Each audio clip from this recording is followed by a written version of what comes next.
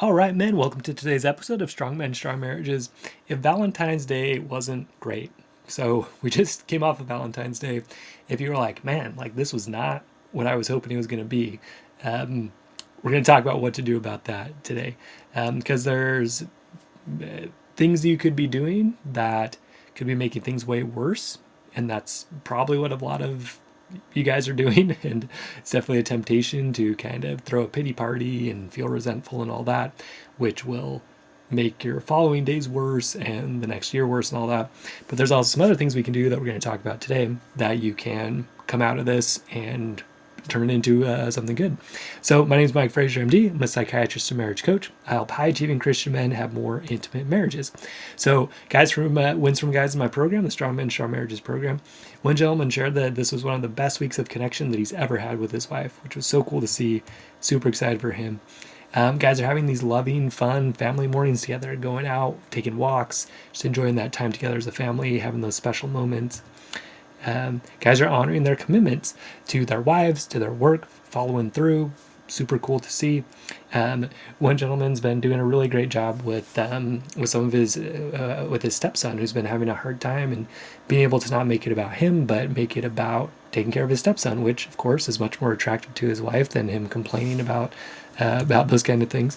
But look, like it takes emotional strength to do that, and emotional maturity and spiritual maturity, and so he had to learn all that, and he's working hard and doing that to help that happen. Right? It doesn't just happen. Like, you have to build up those strengths and skills. Guys are managing their emotions much better, not having high emotion conversations. That's something I'm working on personally. That's been going great. Instead of me coming at my wife in these high energy states, being able to come to her in a calmer place and have great conversations because of that. Guys are having increased physical touch and intimacy in their marriages.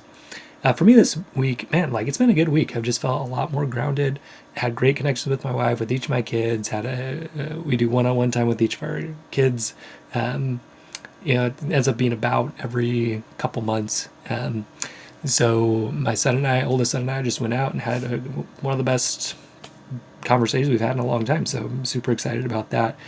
It wouldn't have happened if I wouldn't have been doing the work I'm doing to be more grounded and take care of my younger self. Is kind of what I'm working on in therapy right now. It's been great.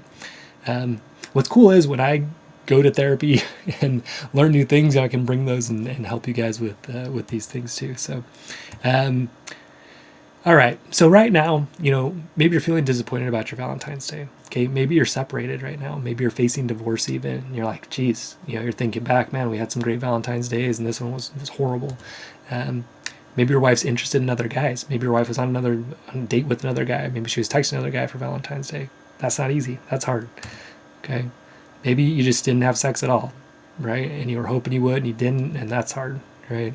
Or maybe you got your wife a gift and she didn't get you anything, or she didn't get you a very good gift, or it didn't seem very thoughtful. Okay. That's hard, right? So you're probably just feeling disappointed, Disappointment meaning your expectations were not met.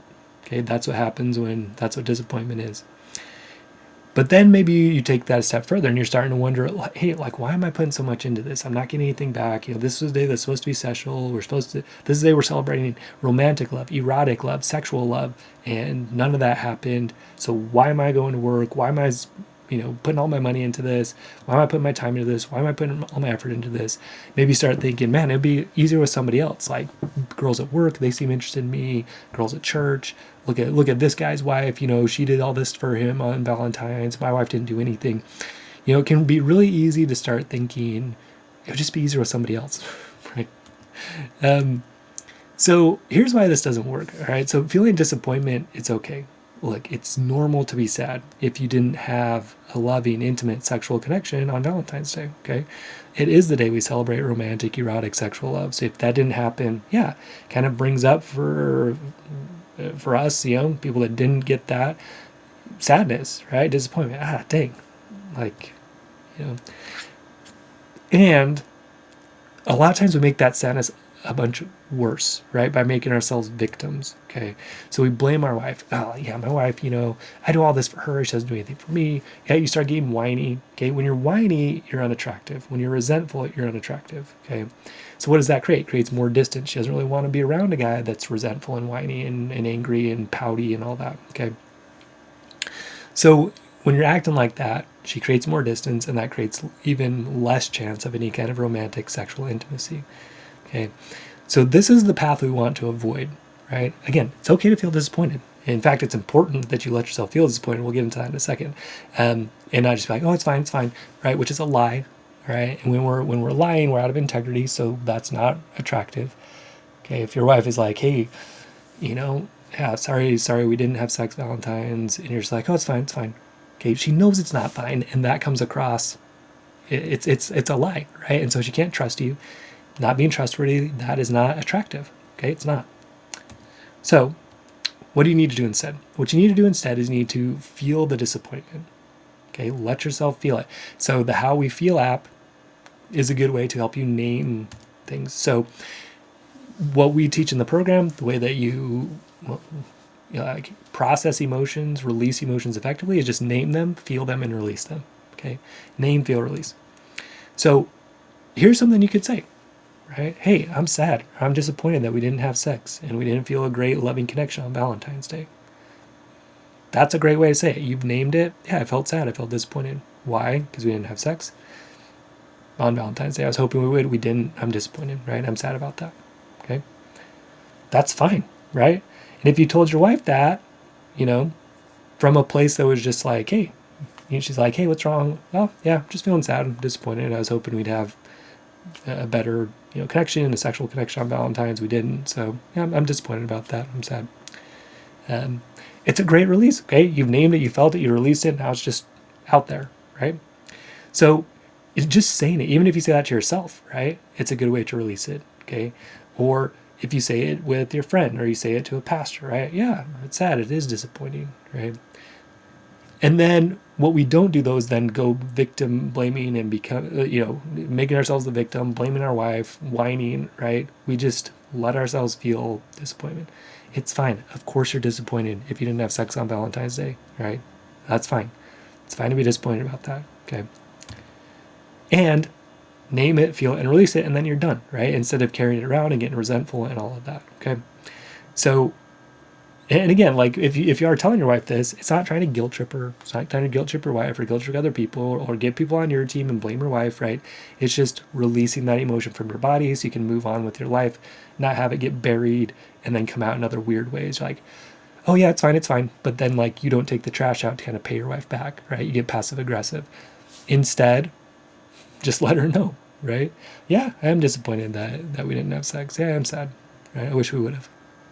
That's just honest, right? And your wife knows it anyway, but when you're actually honest about it, even if she doesn't like it right at first, she's like, oh, you're being manipulative. You're like, no, I just want to be more honest with how I'm feeling with you. So yeah, I am disappointed about that.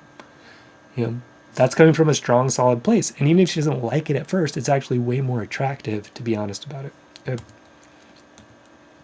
Again, maybe you're not at first, but it earns her trust. So over time, she trusts you. That's way more attractive than pretending that you're not hurt when you are. Okay. All right. So the other thing you can do. So number one, feel the emotion, name, feel, release it to your wife, to yourself, to your dog, right? Let somebody know that you're feeling that way. To God, right? Pray about it.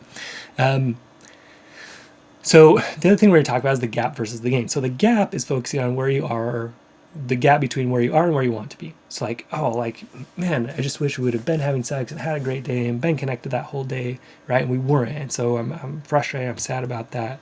So look, it's not wrong to realize you're not where you want to be. That's okay, right? Right? What gain can you take from this Valentine's Day? What's the gain, right? So a good way to think about this is, all right, so yeah, this Valentine's Day, I was disappointed. It wasn't how I wanted it to be. What information did I get from this? Okay. What information did I get about my wife, about the status of our relationship? What lesson can I take from this? Okay, yeah, maybe we're not quite where we want to be. Maybe we don't have as much trust as I hope we would. Maybe we don't have as great a communication. Maybe we don't have as much intimacy as I wish we had. All right. So that's just information, right? So you can take that and, do something with that. All right. How can you use that information to your benefit? Okay. What is missing? How do we build it into something where we do have that? Okay. And then what can you do to make next year's Valentine's even better? Or, better yet, just make today better. and start building a better connection, having more trust, having more communication, having more intimacy, right? So here's why all this works, right? So to summarize, right? First, we need to name, feel, and release the emotion so it isn't sitting around bothering you. Just be honest about, yeah, I'm disappointed, okay? Just say it as you're listening in your car or wherever you're listening to this podcast. Just say, yeah, I'm disappointed. I didn't have the Valentine's I was hoping for, okay? So just saying it, right, lets you release it, and that's great. So, but then you avoid going into victim mode. You don't become resentful. You don't become unattractive. You just release that emotion, right? And then you thought about, okay, how can I learn? How can I grow from this experience, right? You win or you learn. You had a great Valentine's Day or you didn't. If you didn't, what lessons can you take from that? What can you learn? What did that point out to you as far as what you want to build in yourself and your strengths so you can have a better, more intimate sexual relationship with your wife, okay? So if you want a full program that's going to help you learn how to grow, learn, become a stronger man, stronger, more attractive man, more Christ-like man, bringing that trust, communication, intimacy to your marriage, creating these great memories so you have these Valentine's Days that are great and connected and sexual and awesome, come join us in Strong Men, Strong Marriages. We're going to teach you how to do this, right? How to build yourself into a man that is strong, that is attractive, that feels great about who he is, and yeah, is attracted to his wife because of that. So if that's interesting to you, come join us. Visit strongmen.io. You can join our email list there. If you are a guy that's making around $250,000 or more a year and wants to join our intensive program that has daily work, daily coaching, daily accountability, there's also an application to fill out there that you can fill out to come join us. We have a call, make sure you're a good fit, and kind of go from there. So if you're, again, ready to go intensive, ready to have the financial means, make a significant financial investment to do it, come fill out an application. If you're just not quite there yet, but you're a high-achieving guy that's kind of working towards having that kind of income, we have a program for you too that opens every month. So join the email list, and we'll see you there. So again, strongmen.io, join the email list, or fill out an application, and we will see you there. Stay strong in God, men. We'll see you next episode.